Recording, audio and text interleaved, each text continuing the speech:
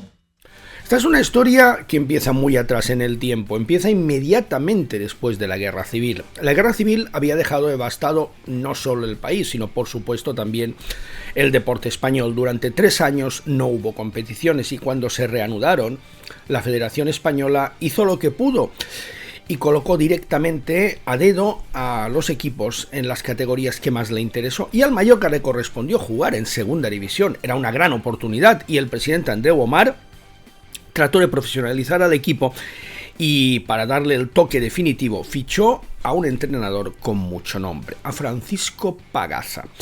Era el tercer entrenador que había tenido el Mallorca en su historia, entrenador profesional. Antes habían sido el checo Zaubek y el inglés Greenwell. Francisco Pagaza era todo un personaje. Es nuestro primer entrenador vasco, el que llegó al Mallorca en 1931. Había nacido en Santurce el 20 de octubre de 1894, pero no pudo evitar que el equipo finalizara la liga en penúltima posición con 13 puntos, lo que significó el regreso a tercera división. Había sido internacional con el Athletic de Bilbao. Era un jugador y entrenador muy pero que muy respetado, pero no tuvo suerte aquí. Dado que tenía contrato, continuó en la siguiente temporada, pero no duró demasiado. En enero fue cesado y sustituido por Sebastián Alzamora. Los 2 jugadores vascos que había traído con él, Egusquiza y Echenadía, recibieron la carta de libertad. Siguiente entrenador vasco en llegar al Mallorca fue todo un personaje, Patricio Caicedo, que venía de ser campeón de Copa con el Español, al que había dirigido durante 9 temporadas, y de Liga con el Athletic de Bilbao en la temporada 33-34. Caicedo llegó procedente del Zaragoza y fue el elegido por el presidente Luis Sillar para estar sentado en el banquillo en la temporada en la que se inauguró el estadio de Esfortí en septiembre de 1945. Había muchas expectativas depositadas en aquel equipo, pero al final acabó la liga en 8ª posición, en segunda en una liga de 14 participantes. Como también tenía contrato, la siguiente temporada la inició el Mallorca en el campo del Betis perdiendo 6-0. Tras 4 derrotas de las 5 primeras jornadas, Caicedo fue cesado, pero eso no significó ni mucho menos el final de una carrera como entrenador que no concluiría hasta 1959 en el Manresa.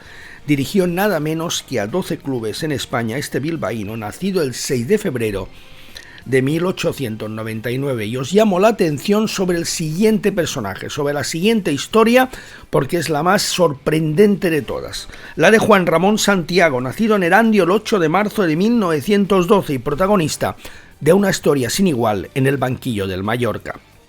Juan Ramón fue un defensa izquierdo que sufrió directamente los horrores de la guerra civil.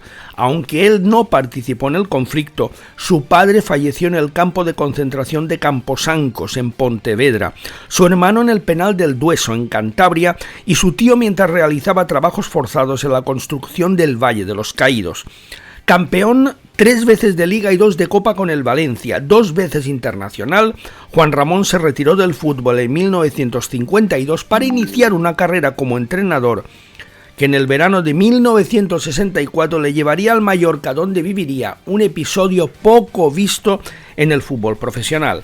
Campeón de invierno al final de la primera vuelta, el rendimiento deportivo del equipo no se correspondía con el ambiente que se vivía en el vestuario, con todos los jugadores enfrentados al entrenador. Tras perder el último partido de la primera vuelta en Puerto Llano y el primero de la segunda en Algeciras por el mismo resultado, 3-0, la crisis estalló en toda su magnitud y la directiva le pidió al presidente Juan de Vidal que cesara al entrenador. No solo no lo hizo, sino que despidió a toda la directiva y ratificó a Juan Ramón. Sin embargo, en la jornada siguiente, el Mallorca derrotó 1-0 al Tenerife en Palma, pero sin convencer, con muchos pitos en la grada y con muchas reticencias. El barón de Vidal recapacitó y llamó a consulta a los jugadores más importantes de la plantilla, los históricos Doro, Bolao, Sanz, Forteza, San Pedro, Amador o Achuri, y les preguntó qué debía hacer. Juan Ramón salió de esa reunión cesado y sustituido por César Rodríguez. Al final de la temporada, el equipo ascendió a Primera División. Unos cuantos años más tarde, en la temporada 69-70, el Mallorca arrancó muy mal la liga en primera y el presidente Pablo Cervera optó a la desesperada por el vizcaíno Sabino Barinaga, nacido en Durango el 15 de agosto de 1922 y que detenta todavía el récord que nadie podrá quitarle de haber sido el autor material del primer gol que se vio en el Estadio Santiago Bernabéu cuando defendía la camiseta del Real Madrid. Sabino Barinaga fue entrenador de muchísimos equipos, el Oviedo, el Málaga, el Atlético de Madrid, el Sevilla o el Valencia. Llegó al Mallorca en noviembre de 1969 para tratar de revertir la situación, pero fue en vano. El equipo acabó penúltimo y en mayo le comunicaban que no iba a continuar la próxima temporada porque ya habían llegado a un acuerdo con José Luis Sasso.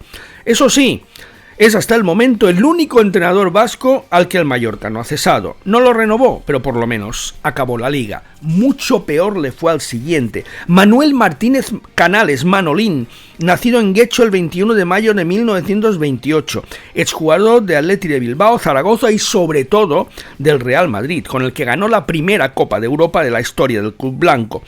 Como entrenador, su trayectoria se dividió entre la segunda y tercera división. En Mallorca aterrizó en la temporada 73-74 en segunda división, pero fue un visto y no visto. Duró 5 jornadas en las que sumó 2 empates y sufrió 3 derrotas. Curiosamente, el presidente seguía siendo en aquella época el barón de Vidal, que ya había cesado años antes a Juan Ramón. Hizo lo mismo con él y, casualidades del destino, de nuevo recurrió a César Rodríguez, solo que esta vez, por desgracia, con peor fortuna. Una década más tarde, en la temporada 83-84, llegó a la isla Koldo Aguirre, un verdadero mito del Athletic de Bilbao, 7 veces internacional español y que como entrenador había llevado a los Leones al subcampeonato de Copa y al de la Copa de la UEFA. Koldo fue la apuesta de Miguel Contestí en el regreso del Mallorca Primera tras 13 años de ausencia, pero no ganó ni un solo partido en 11 jornadas y por supuesto fue cesado. Pasa por ser uno de los peores técnicos de la historia contemporánea del club, porque la verdad es que le dio una plantilla con futbolistas sobre el papel de un nivel bastante superior al rendimiento que les sacó. En 1995, con el Mallorca en una grave situación económica y deportiva, el presidente Miguel Dalmau recurrió a todo un veterano en los banquillos, José Antonio Irulegui, nacido en Lasarte, en Guipúzcoa, el 1 de abril de 1937. Venía de una trayectoria larguísima en equipos como la Real Sociedad, el Español, el Murcia o el Burgos, y no cayó mal en la isla. Acabó la temporada y fue renovado. Pero ese verano sucedió algo inesperado. El club se vendió a Bartolomé Beltrán y estaba claro que el perfil de Irulegui no era lo que estaba buscando. En cuanto pudo le despidió y le sustituyó por otro vasco, José Manuel Esnal Mané. Entonces, en la cresta de la ola y considerado uno de los técnicos con más futuro de España tras su impresionante etapa en el Lleida, al que había ascendido a Primera División. Mané llegó con todos los honores, pero en su debut en el Luis Illar encajó un sonoro 0-4 ante el Logroñés. Sería la primera de 5 derrotas consecutivas que alejarían al equipo de posiciones de ascenso y sentenciarían al vasco, cesado a comienzos de la segunda vuelta, tras caer contra todo pronóstico en el campo de Lejí. Otro guipuzcoano, Javier Olaizola, ha sido hasta la llegada de Arrasate el último entrenador vasco en el Mallorca. Arrancó como interino en los últimos partidos de la temporada 13-14 para salvar al equipo del descenso a Segunda B, pero su verdadera prueba de fuego fue en el curso 16-17, cuando Maeta Molango le entregó los mandos. No tuvo suerte y fue despedido. Su relevo lo tomó Sergi Barjuan, que no pudo evitar la humillación del descenso a Segunda División. Yagoba Arrasate es el 10º entrenador vasco. ¿Será el primero que nos sale por la puerta de atrás? Como habéis visto, la lista es extensa y se prolonga a lo largo de muchísimos años, desde que llegó Pagaza en 1939. Todos, sin excepción, han fracasado. Le toca a Yagoba Arrasate acabar con esta maldición. No me digáis que no es una historia peculiar, porque no existe ninguna explicación lógica, porque todos y cada uno de ellos en diferentes equipos sí que triunfaron, y algunos por todo lo alto, siendo incluso campeones de liga. ¿Qué pasa con los entrenadores vascos en el Mallorca? Un misterio con el que debe acabar para siempre Yagoba Arrasate. Gracias por haber estado con nosotros. Hasta el próximo vídeo. Un abrazo.